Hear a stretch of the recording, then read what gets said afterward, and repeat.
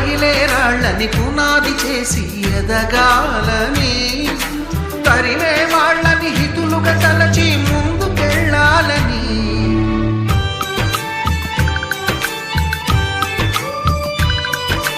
కన్నుల నీటిని కలల సాగుకై వాడుకోవాలని, కాల్చే నిప్పుని ప్రమిదగా మలచి కాంతి పంచాలని.